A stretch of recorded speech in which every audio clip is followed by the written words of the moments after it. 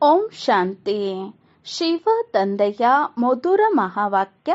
ಮುರುಳಿಯ ದಿನಾಂಕ 9/1/2024. ಪ್ರಾತಃ ಮುರುಳಿ ಬಾಪ್ದಾದ ಮಧುಬನ. ಮಧುರ ಮಕ್ಕಳೇ, ಈ ಪುರುಷೋತ್ತಮ ಸಂಗಮ ಯುಗದಲ್ಲಿ ಪುರುಷೋತ್ತಮರಾಗಲು ಸಂಪೂರ್ಣ ಪುರುಷಾರ್ಥ ಮಾಡಿ ಎಷ್ಟು ಸಾಧ್ಯವೋ ಅಷ್ಟು ನೆನಪು ಮತ್ತು ವಿದ್ಯೆಯ ಮೇಲೆ ಗಮನ ಕೊಡಿ. ಮಧುರ ಮಕ್ಕಳೇ, ಈ ಪುರುಷೋತ್ತಮ ಸಂಗಮ ಯುಗದಲ್ಲಿ ಪುರುಷೋತ್ತಮರಾಗಲು ಸಂಪೂರ್ಣ ಪುರುಷಾರ್ಥ ಮಾಡಿ ಎಷ್ಟು ಸಾಧ್ಯವೋ ಅಷ್ಟು ನೆನಪು ಮತ್ತು ವಿದ್ಯೆಯ ಮೇಲೆ ಗಮನ ಕೊಡಿ. ಪ್ರಶ್ನೆ: ತಾವು ಮಕ್ಕಳು ಬಹಳ ದೊಡ್ಡ ವ್ಯಾಪಾರಿಯಾಗಿದ್ದೀರಿ. ತಾವು ಸದಾ ಯಾವ ಮಾತಿನ ಮೇಲೆ ಗಮನ ಕೊಟ್ಟು ವಿಚಾರ ಮಾಡಬೇಕು? ತಾವು ಮಕ್ಕಳು ಬಹಳ ದೊಡ್ಡ ವ್ಯಾಪಾರಿಯಾಗಿದ್ದೀರಿ. ತಾವು ಸದಾ ಯಾವ ಮಾತಿನ ಮೇಲೆ ಗಮನ ಕೊಟ್ಟು ವಿಚಾರ ಮಾಡಬೇಕು? ಉತ್ತರ: ಸದಾ ನಷ್ಟ ಹಾಗೂ ಲಾಭದ ಬಗ್ಗೆ ವಿಚಾರ ಮಾಡಿ. ಒಂದು ವೇಳೆ ಇದರ ಬಗ್ಗೆ ವಿಚಾರ ನಡೆಸದಿದ್ದರೆ ಪ್ರಜೆಗಳಲ್ಲಿ ದಾಸದಾಸಿಯರಾಗಬೇಕಾಗುತ್ತದೆ. ತಂದೆಯು 21 ಜನ್ಮಗಳ ರಾಜ್ಯದ ಯಾವ ಆಸ್ತಿಯನ್ನು ಕೊಡುತ್ತಾರೆಯೋ ಅದನ್ನು ಕಳೆದುಕೊಳ್ಳುವಿರಿ. ಆದ್ದರಿಂದ ತಂದೆಯ ಜೊತೆ ಪೂರ್ಣ ವ್ಯಾಪಾರವನ್ನು ಮಾಡಬೇಕು. ತಂದೆಯು ದಾತನಾಗಿದ್ದಾರೆ. ತಾವು ಮಕ್ಕಳು ಸುಧಾಮನ ರೀತಿ ಒಂದು ಮುಷ್ಟಿಯಷ್ಟು ಅವಲಕ್ಕಿಯನ್ನು ಕೊಡುತ್ತೀರಿ ಹಾಗೂ ವಿಶ್ವದ ಚಕ್ರಾಧಿಪತ್ಯವನ್ನು ಪಡೆಯುತ್ತೀರಿ. ಓಂ ಶಾಂತಿ. ಮಕ್ಕಳು ಇಲ್ಲಿ ಕುಳಿತಿದ್ದೀರಿ. ಇದು ಶಾಲೆಯಾಗಿದೆ. ಇದು ಯಾವುದೇ ಸತ್ಸಂಗವಲ್ಲ. ಮಹಾತ್ಮರು, ಬ್ರಾಹ್ಮಣರು ಅಥವಾ ಯಾವುದೇ ಸನ್ಯಾಸಿಗಳ ಮುಂದೆ ಕುಳಿತುಕೊಂಡಿಲ್ಲ. ಸ್ವಾಮಿಯು ಸಿಟ್ಟಾಗುವರೇನೋ ಎಂಬ ಯಾವುದೇ ಭಯದ ಮಾತಿಲ್ಲ. ಭಕ್ತಿ ಮಾರ್ಗದಲ್ಲಿ ಎಂದಾದರೂ ಸಾಧು ಸನ್ಯಾಸಿಗಳನ್ನು ಮನೆಗೆ ಕರೆದರೆ ಅವರ ಕಾಲನ್ನು ತೊಳೆದು ಆ ನೀರನ್ನು ಕುಡಿಯುತ್ತಾರೆ. ಇವರಂತೂ ತಂದೆಯಲ್ಲವೇ? ಮನೆಯಲ್ಲಿ ಮಕ್ಕಳು ಎಂದಾದರೂ ತಂದೆಗೆ ಭಯಪಡುತ್ತಾರೆಯೇ? ತಾವಂತೂ ತಂದೆಯ ಜೊತೆ ತಿನ್ನುತ್ತಾ ಕುಡಿಯುತ್ತಾ ಆಟವಾಡುತ್ತಾ ಇರುತ್ತೀರಿ. ಸನ್ಯಾಸಿ ಗುರುಗಳ ಜೊತೆಯಲ್ಲಿ ಈ ರೀತಿ ಮಾಡುತ್ತಿದ್ದಾರೆ ಎಂದು ಹೇಳಲಾಗುತ್ತದೆಯೇ? ಸನ್ಯಾಸಿ ಗುರುಗಳ ಜೊತೆಯಲ್ಲಿ ಈ ರೀತಿ ಮಾಡುತ್ತಾರೇನೋ? ಅಲ್ಲಂತೂ ಇಡೀ ದಿನ ಗುರುಗಳೇ ಗುರುಗಳೇ ಎನ್ನುತ್ತಿರುತ್ತಾರೆ. ಇಲ್ಲಿ ಆ ರೀತಿಯಾಗಿ ಮಾಡಬಾರದು. ಇವರಂತೂ ತಂದೆಯಾಗಿದ್ದಾರೆ. ಗುರುವಿನಿಂದ ಅವರ ಆಸ್ತಿ, ಶಿಕ್ಷಕರಿಂದ ಅವರ ಆಸ್ತಿಯು ಸಿಗುತ್ತದೆ. ತಂದೆಯಿಂದಂತೂ ಆಸ್ತಿಯು ಸಿಗುತ್ತದೆ. ಮಗುವು ಜನ್ಮ ಪಡೆದರೆ ವಾರಸುದಾರನಾಗುತ್ತಾನೆ. ಇಲ್ಲಿಯೂ ಸಹ ತಂದೆಯ ಮಕ್ಕಳಾದರೆ ತಂದೆಯನ್ನು ಗುರುತಿಸಿದರೆ ಸಾಕು, ನಾವು ಸ್ವರ್ಗಕ್ಕೆ ಮಾಲೀಕರಾಗುತ್ತೇವೆ. ತಂದೆಯೇ ಸ್ವರ್ಗದ ರಚಯಿತನಾಗಿದ್ದಾರೆ. ಈ ಲಕ್ಷ್ಮೀನಾರಾಯಣರು ಸ್ವರ್ಗದ ರಾಜ್ಯವನ್ನು ಹೇಗೆ ಮತ್ತು ಎಲ್ಲಿಂದ ಪಡೆದರು? ಇದು ಯಾರಿಗೂ ಗೊತ್ತಿಲ್ಲ. ತಮಗೆ ಗೊತ್ತಿದೆ. ನಾವು ಇವರು ಆಗಿದ್ದೇವೆ ಮತ್ತೆ ಆಗುತ್ತಿದ್ದೇವೆ. ಮನುಷ್ಯರಂತೂ ಇವರು ಯಾರು, ನಾವು ಯಾರನ್ನು ಪೂಜಿಸುತ್ತೇವೆ ಎಂಬ ಯಾವುದೇ ಚಿಂತೆಯನ್ನು ಮಾಡುವುದಿಲ್ಲ. ಶಿವನ ಮಂದಿರಕ್ಕೆ ಹೋಗಿ ಕೇವಲ ಅಭಿಷೇಕ ಮಾಡಿ ಬರುತ್ತಾರೆ. ಆದರೆ ಏನೂ ಅರಿತುಕೊಂಡಿಲ್ಲ. ನಾವು ಈ ಮೃತ್ಯು ಲೋಕದ ಶರೀರವನ್ನು ಬಿಟ್ಟು ಅಮರ ಲೋಕಕ್ಕೆ ಹೋಗುತ್ತಿದ್ದೇವೆ ಎಂಬ ಅನುಭವ ನಿಮಗೆ ಈಗ ಆಗುತ್ತಿದೆ. ಪ್ರಾಪ್ತಿಯು ಎಷ್ಟು ದೊಡ್ಡದಾಗಿದೆ. ಭಕ್ತಿ ಮಾರ್ಗದಲ್ಲಿ ಏನೂ ಪ್ರಾಪ್ತಿ ಇಲ್ಲ. ತಂದೆಯು ಸ್ವಯಂ ಹೇಳುತ್ತಾರೆ, ನಾನು 12 ಜನ ಗುರುಗಳನ್ನು ಮಾಡಿಕೊಂಡಿದ್ದೆ. ಅದೆಲ್ಲವೂ ವ್ಯರ್ಥವಾಯಿತು. ಇನ್ನಷ್ಟು ಕೆಳಗಿಳಿಯುತ್ತಾ ಬಂದೆನೆಂದು ಈಗ ಅರ್ಥವಾಗುತ್ತದೆ. ಆದರೆ ಇದು ಸಹ ಡ್ರಾಮಾದಲ್ಲಿ ನಿಶ್ಚಿತವಾಗಿದೆ. ಯಾರ ಜೊತೆಯಲ್ಲಿಯೂ ನಮಗೆ ಶತ್ರುತ್ವವಿಲ್ಲ. ನಮ್ಮದು ಒಬ್ಬ ತಂದೆಯೊಂದಿಗೆ ಮಾತ್ರವೇ ಪ್ರೀತಿ ಇದೆ. ತಾವು ಕ್ಲಾಸಿನ ಒಳಗಡೆ ಬಂದಾಗ ಈ ಚಿತ್ರಗಳನ್ನು ನೋಡಿ ಖುಷಿಯಾಗಬೇಕು. ನಾವು ಓದಿ ಇಂತಹವರಾಗುತ್ತೇವೆ ಎಂದು, ಈ ರಾಜಧಾನಿ ಹೇಗೆ ಸ್ಥಾಪನೆಯಾಗುತ್ತಿದೆ ಎಂದು ನಿಮಗೆ ಗೊತ್ತಿದೆ. ತಂದೆಯು ತಿಳಿಸುತ್ತಾರೆ, ಮಕ್ಕಳೇ ತಬ್ಬಿಬ್ಬಾಗಬೇಡಿ. ತಂದೆಯು ಎಷ್ಟೊಂದು ಚೆನ್ನಾಗಿ ಹೇಳುತ್ತಾರೆ, ಆದರೂ ಸಹ ಆಶ್ಚರ್ಯವಾಗಿ ಹೇಳುತ್ತಾರೆ, ಓಡಿ ಹೋಗುತ್ತಾರೆ, ಮಾಯೆಗೆ ವಶರಾಗಿ ಬಿಡುತ್ತಾರೆ. ಅವರಿಗೆ ದ್ರೋಹಿಗಳೆಂದು ಹೇಳಲಾಗುತ್ತದೆ. ಅವರು ಒಂದು ರಾಜಧಾನಿಯಿಂದ ಇನ್ನೊಂದು ರಾಜಧಾನಿಗೆ ಹೋಗಿ ಬಿಡುತ್ತಾರೆ.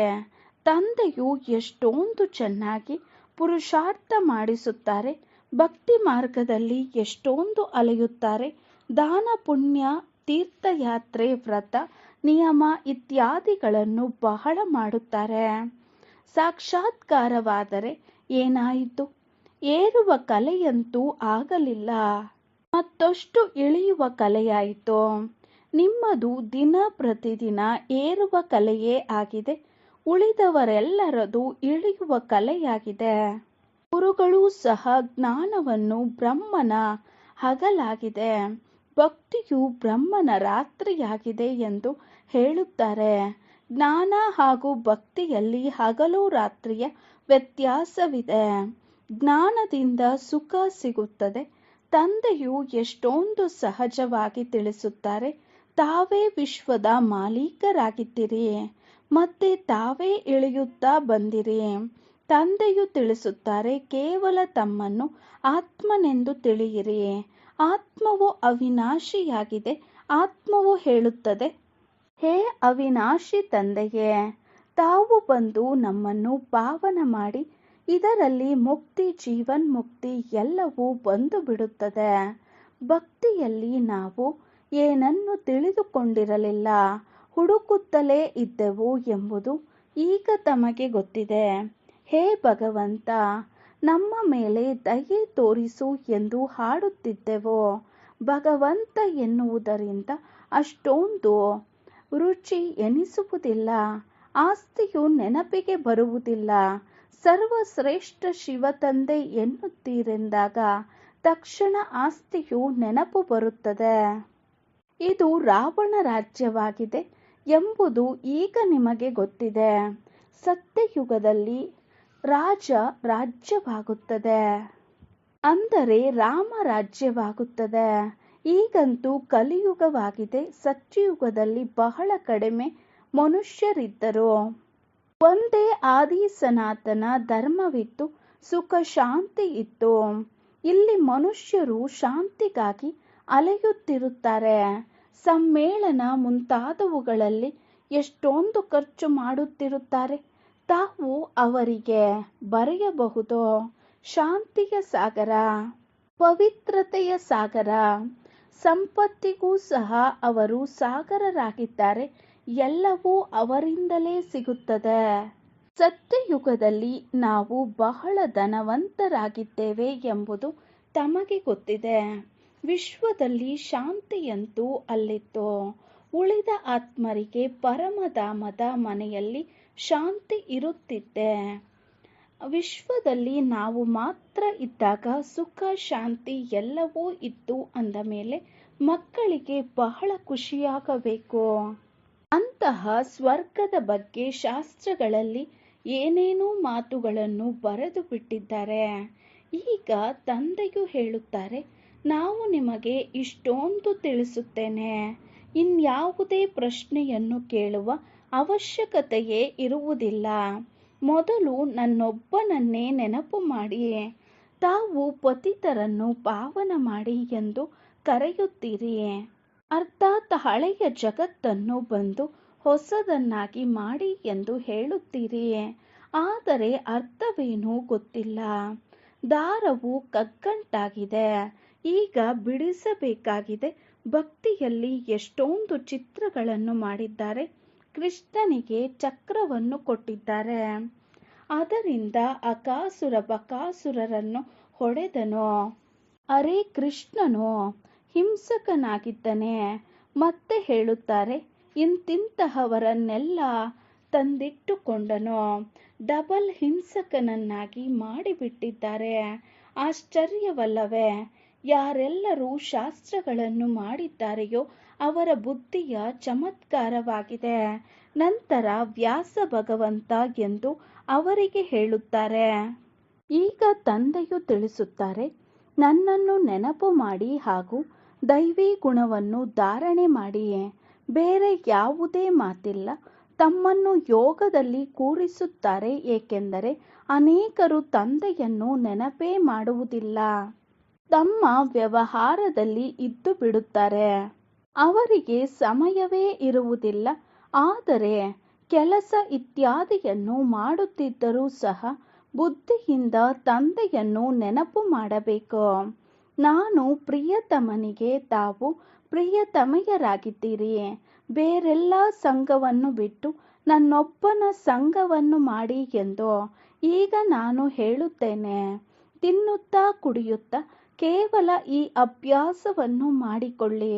ನಾನು ಆತ್ಮನಾಗಿದ್ದೇನೆ ಹಾಗೂ ತಂದೆಯನ್ನು ನೆನಪು ಮಾಡಿ. ತಂದೆಯು ತಮ್ಮನ್ನು ಎಷ್ಟು ಶ್ರೇಷ್ಠರನ್ನಾಗಿ ಮಾಡುತ್ತಿದ್ದಾರೆ.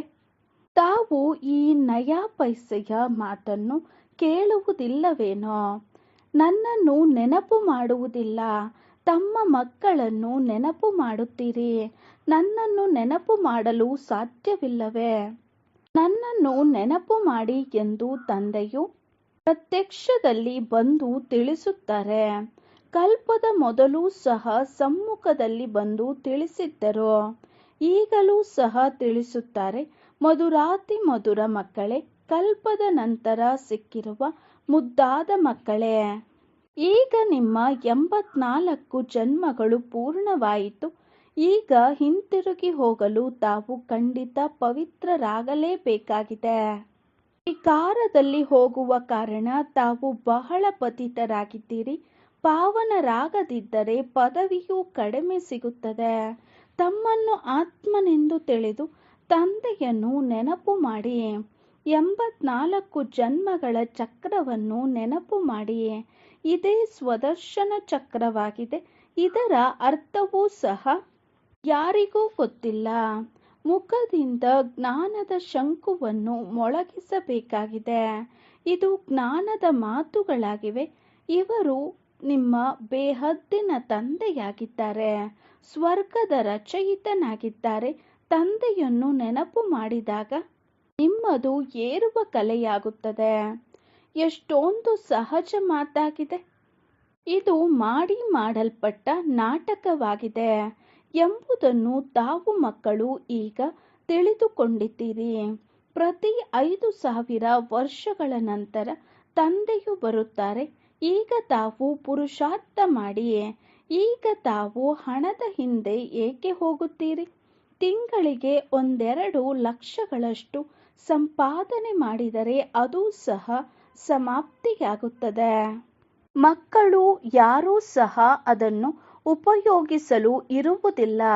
ಮಕ್ಕಳು, ಮೊಮ್ಮಕ್ಕಳು, ಮರಿಮಕ್ಕಳು ಎಲ್ಲರೂ ತಿನ್ನುತ್ತಾರೆ ಎಂಬ ಲೋಭವಿರುತ್ತದೆ. ಪುನರ್ಜನ್ಮವನ್ನು ಎಲ್ಲರೂ ಅದೇ ಕುಲದಲ್ಲಿ ಪಡೆಯುತ್ತಾರೆಂದೇನಿಲ್ಲ. ಪುನರ್ಜನ್ಮವನ್ನು ಎಲ್ಲೆಲ್ಲಿ ಪಡೆಯುತ್ತಾರೆಯೋ ಗೊತ್ತಿಲ್ಲ.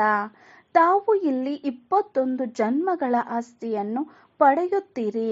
ಒಂದು ವೇಳೆ ಕಡಿಮೆ ಪುರುಷಾರ್ಥ ಮಾಡಿದರೆ ಪ್ರಜೆಗಳಲ್ಲಿ ಹೋಗಿ ದಾಸದಾಸಿಯರಾಗುತ್ತೀರಿ. ಆಗ ಎಷ್ಟೊಂದು ನಷ್ಟವಾಗುತ್ತದೆ. ಲಾಭ ಹಾಗೂ ನಷ್ಟದ ಬಗ್ಗೆ ವಿಚಾರ ಮಾಡಿ. ವ್ಯಾಪಾರಿಗಳು ಬಹಳ ಪಾಪದ ಕಾರ್ಯ ಮಾಡುತ್ತಾರೆ. ಆದುದರಿಂದ ಧರ್ಮಕ್ಕಾಗಿ ಹಣವನ್ನು ತೆಗೆದಿಡುತ್ತಾರೆ. ಆದರೆ ಇದು ಅವಿನಾಶಿ ಜ್ಞಾನರತ್ನಗಳ ವ್ಯಾಪಾರವಾಗಿದೆ. ಅಂದಾಗ ಈ ವ್ಯಾಪಾರವನ್ನು ಕೆಲವರೇ ಮಾಡುತ್ತಾರೆ. ವ್ಯಾಪಾರವನ್ನು ನೇರವಾಗಿ ತಂದೆಯ ಜೊತೆಯೇ ಮಾಡಬೇಕು.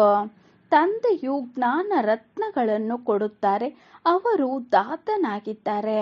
ಮಕ್ಕಳು ಮುಷ್ಟಿಯಷ್ಟು ಅವಲಕ್ಕಿಯನ್ನು ಕೊಡುತ್ತಾರೆ. ತಂದೆಯು ಬೇಹದ್ದಿನ ಚಕ್ರಾಧಿಪತ್ಯವನ್ನು ಕೊಡುತ್ತಾರೆ. ಅದರ ಹೋಲಿಕೆಯಲ್ಲಿ ಇದು ಮುಷ್ಟಿಯಷ್ಟು ಅವಲಕ್ಕಿಯಲ್ಲವೇ? ತಾವೆಲ್ಲರೂ ಸುಧಾಮರಾಗಿದ್ದೀರಿ. ಏನು ಕೊಡುತ್ತೀರಿ ಮತ್ತು ಏನನ್ನು ತೆಗೆದುಕೊಳ್ಳುತ್ತೀರಿ? ವಿಶ್ವ ಚಕ್ರಾಧಿಪತ್ಯವನ್ನು ತೆಗೆದುಕೊಂಡು ವಿಶ್ವದ ಮಾಲೀಕರಾಗುತ್ತೀರಿ.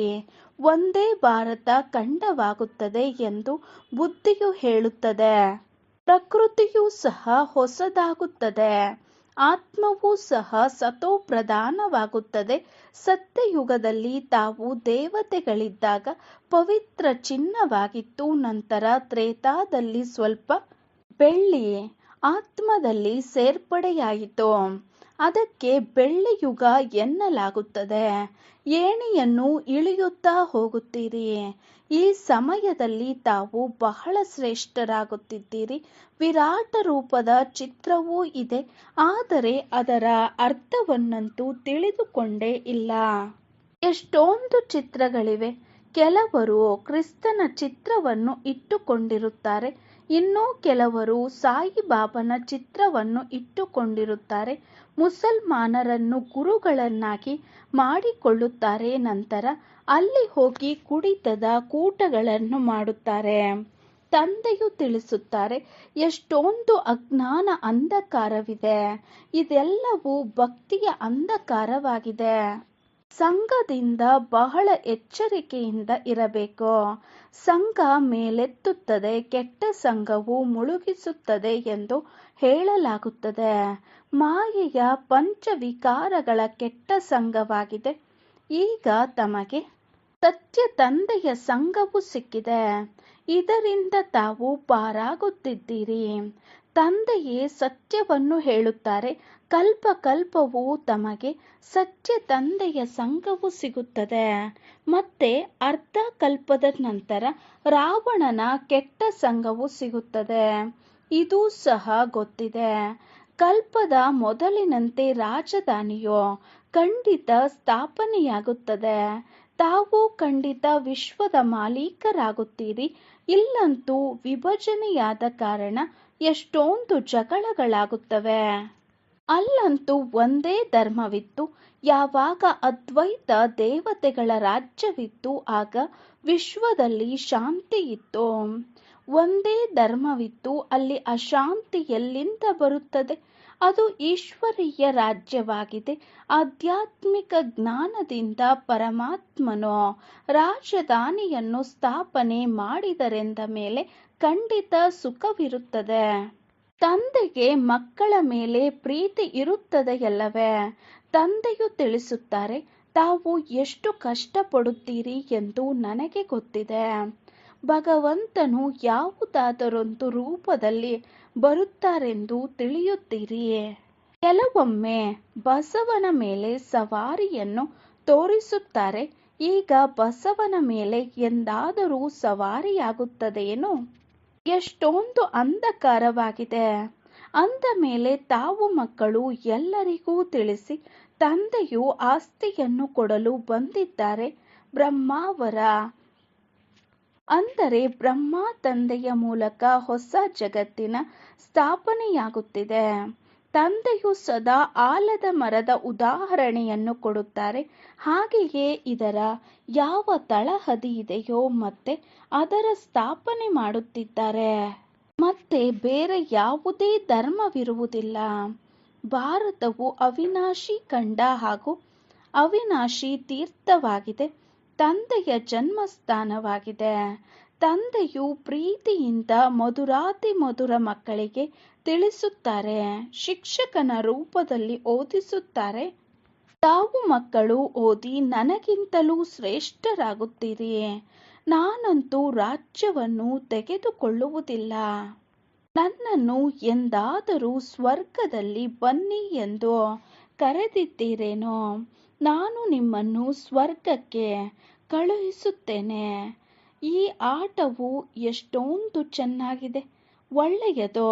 ಮಕ್ಕಳೇ, ಬದುಕಿರಿ. ನಾನು ವಾನಪ್ರಸ್ಥದಲ್ಲಿ ಹೋಗಿ ಇರುತ್ತೇನೆ. ತಂದೆಯು ಹೇಳುತ್ತಾರೆ, ಈಗಂತೂ ಆಪತ್ತುಗಳು ತಲೆಯ ಮೇಲೆ ನಿಂತಿವೆ. ಆದ್ದರಿಂದ ಪುರುಷೋತ್ತಮರಾಗಲು ಈ ಪುರುಷೋತ್ತಮ ಸಂಗಮ ಯುಗದಲ್ಲಿ ಪುರುಷಾರ್ಥ ಮಾಡಬೇಕಾಗಿದೆ. ತಂದೆಯನ್ನು ನೆನಪು ಮಾಡುವ ಪುರುಷಾರ್ಥವನ್ನು ಮಾಡುತ್ತೀರಿ. ಆಗ ವಿಕರ್ಮ ವಿನಾಶವಾಗುತ್ತದೆ. ಮತ್ತು ಯಾರೆಷ್ಟು ಓದುತ್ತಾರೆಯೋ ಅವರು ಅಷ್ಟು ಉತ್ತಮ ಕುಲದಲ್ಲಿ ಹೋಗುತ್ತಾರೆ. ತಂದೆಯು ಹೇಳುತ್ತಾರೆ, ತಾವೆಷ್ಟು ಸ್ಮೃತಿ ಮಾಡಿಕೊಳ್ಳುತ್ತೀರೋ ಅಷ್ಟು ಖುಷಿ ಇರುತ್ತದೆ. ಸದಾ ತಂದೆಯಿಂದ ಮಕ್ಕಳಿಗೆ ಆಸ್ತಿಯು ಸಿಗುತ್ತದೆ.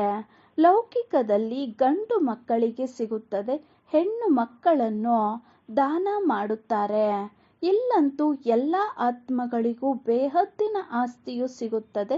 ಅಂದ ಮೇಲೆ ಇದರ ಮೇಲೆ ಪೂರ್ಣ ಗಮನ ಕೊಡಬೇಕು. ಭಗವಂತನು ಓದಿಸುತ್ತಿದ್ದಾರೆ ಅಂದಾಗ ಒಂದು ದಿನವೂ ವಿದ್ಯೆಯನ್ನು ಕೇಳುವ ಅವಕಾಶವನ್ನು ಬಿಡಬಾರದು. ನನಗೆ ಬಿಡುವಿಲ್ಲವೆಂದು ತಂದೆಗೆ ಹೇಳಿದರೆ ತಂದೆಯು ತಿಳಿಸುತ್ತಾರೆ, ಅರೆ, ನನ್ನಿಂದ ವಿದ್ಯೆಯನ್ನು ಓದಲು ಆತ್ಮಕ್ಕೆ ಬಿಡುವಿಲ್ಲವೇ? ಈ ರೀತಿ ಹೇಳಲು ಸಂಕೋಚವಾಗುವುದಿಲ್ಲವೇ? ಒಳ್ಳೆಯದು. ಮಧುರಾತಿ ಮಧುರ ಅಗಲಿ ಹೋಗಿ ಮರಳಿ ಸಿಕ್ಕಿದ ಮಕ್ಕಳ ಪ್ರತಿ ಮಾತಾಪಿತಾ ಬಾಪ್ದಾದಾರವರ ನೆನಪು, ಪ್ರೀತಿ ಹಾಗೂ ಗುಡ್ ಮಾರ್ನಿಂಗ್. ಆತ್ಮಿಕ ತಂದೆಯ ಆತ್ಮಿಕ ಮಕ್ಕಳಿಗೆ ನಮಸ್ತೆ. ನಾವು ಆತ್ಮಿಕ ಮಕ್ಕಳ ಆತ್ಮಿಕ ತಂದೆಗೆ ನಮಸ್ತೆ ನಮಸ್ತೆ ನಮಸ್ತೆ. ಧಾರಣೆಗಾಗಿ ಮುಖ್ಯ ಸಾರ. ಫಸ್ಟ್ ಪಾಯಿಂಟ್, ಸಂಘದಿಂದ ತಮ್ಮನ್ನು ಬಹಳ ಸಂಪಾಲನೆ ಮಾಡಿಕೊಳ್ಳಬೇಕು. ಒಬ್ಬ ಸತ್ಯ ತಂದೆಯ ಸಂಘವನ್ನೇ ಮಾಡಬೇಕು. ಮಾಯೆಯ ಪಂಚವಿಕಾರಗಳ ಸಂಘದಿಂದ ಬಹಳ ದೂರವಿರಬೇಕು. ಸೆಕೆಂಡ್ ಪಾಯಿಂಟ್, ವಿದ್ಯೆಯ ಮೇಲೆ ಪೂರ್ಣ ಗಮನ ಕೊಡಬೇಕು. ತಮ್ಮ ಮಸ್ತಿಯಲ್ಲಿರಬೇಕು. ಎಷ್ಟು ವಿಚಾರ ಮಾಡುತ್ತೇವೆಯೋ ಅಷ್ಟು ನಶೆ ಏರುತ್ತದೆ. ವಿದ್ಯೆಯನ್ನು ಒಂದು ದಿನವೂ ತಪ್ಪಿಸಬಾರದು. ವರದಾನ: ಸೇವೆಯಲ್ಲಿ ಸ್ನೇಹ ಮತ್ತು ಸತ್ಯತೆಯ ಶಕ್ತಿಯ ಬ್ಯಾಲೆನ್ಸ್ ಮುಖಾಂತರ ಸಫಲತಾ ಮೂರ್ತಿ ಆಗಿ. ಸೇವೆಯಲ್ಲಿ ಸ್ನೇಹ ಮತ್ತು ಸತ್ಯತೆಯ ಶಕ್ತಿಯ ಸಮತೋಲನೆಯ ಮುಖಾಂತರ ಸಫಲತಾ ಮೂರ್ತಿಗಳಾಗಿ. ವಿವರಣೆ: ಹೇಗೆ ಈ ಸುಳ್ಳಿನ ಖಂಡದಲ್ಲಿ ಬ್ರಹ್ಮ ತಂದೆಯ ಸತ್ಯತೆಯ ಶಕ್ತಿಯ ಪ್ರತ್ಯಕ್ಷ ಸ್ವರೂಪವನ್ನು ನೋಡಿದಿರಿ.